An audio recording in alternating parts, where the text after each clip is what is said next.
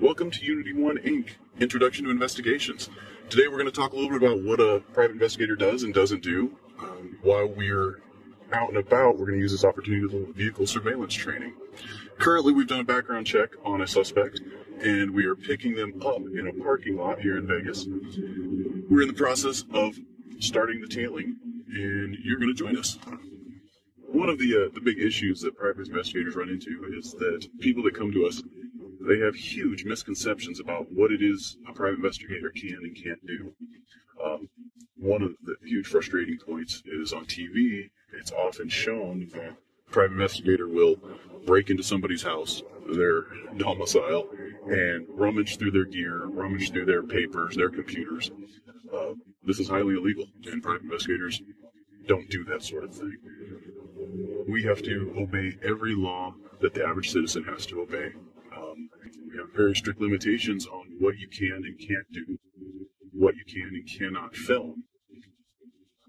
So a private investigator has to do the due diligence to make sure that they're getting enough information to provide the client what they need without breaking any local laws. Another one is firearms.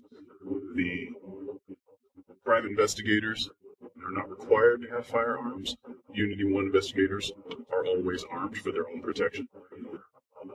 They must be licensed to the state through the Nevada Private Investigator Licensing Board.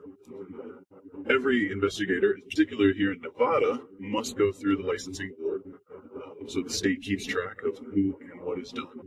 One of the issues with Nevada in particular is the state has very strict controls over who can and cannot be a private investigator.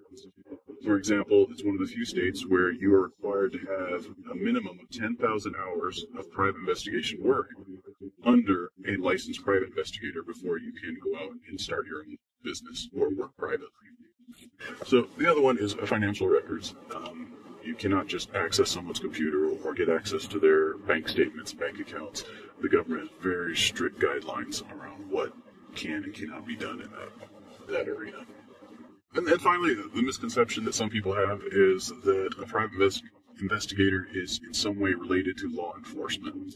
This is not true. They're not state sanctioned. They have the same rights and privileges as the average citizen. They don't have any special abilities granted, similar to a police officer.